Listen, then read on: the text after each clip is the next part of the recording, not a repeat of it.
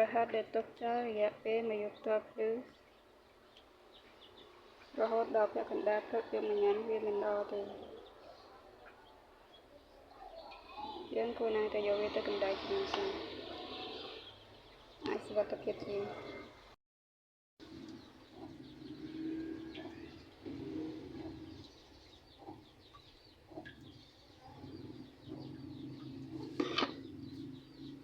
ឥឡូវយើងនិយាយបង្ហាញពីការគិតមិនចំណេញវិញម្ដង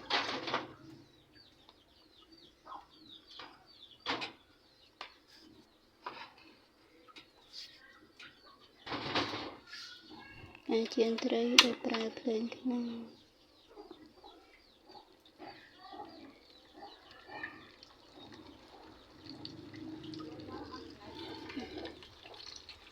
ហើយបិទវាទៅនឹងជំរាបទៅលើស5នាទី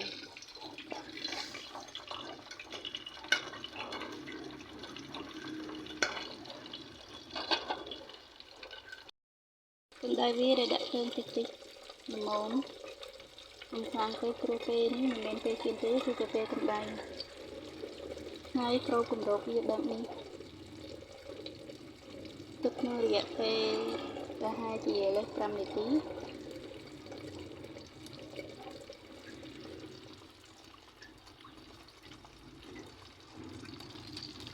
អូខេបិទភ្លើងទៅចឹង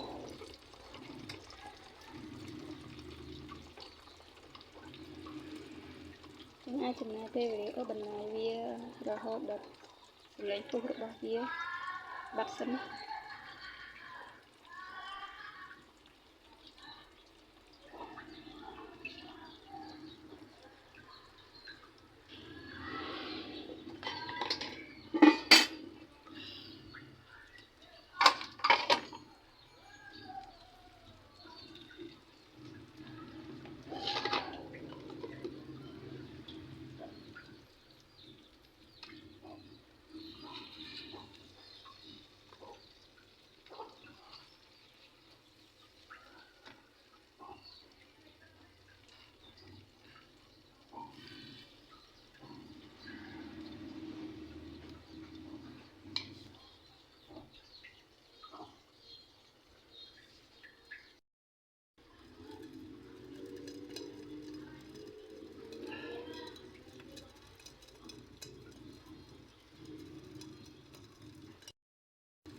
មានសាំងហើយតមកបិទវា